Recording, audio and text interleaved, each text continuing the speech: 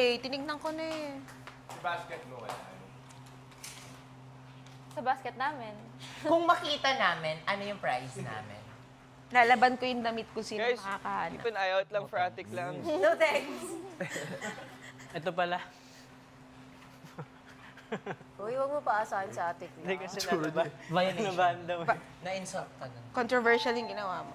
Clarissa, nang nawawala.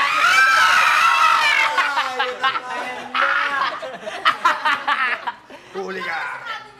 Ayan na! Ayan na! Gagawa na lang po ako, kuya. Sa sa lalagyan ng donut. Sabi niya, susuotin niyo na lang daw yung occupied. Hinanap mo na ba? Dito ko lang talaga nilagay.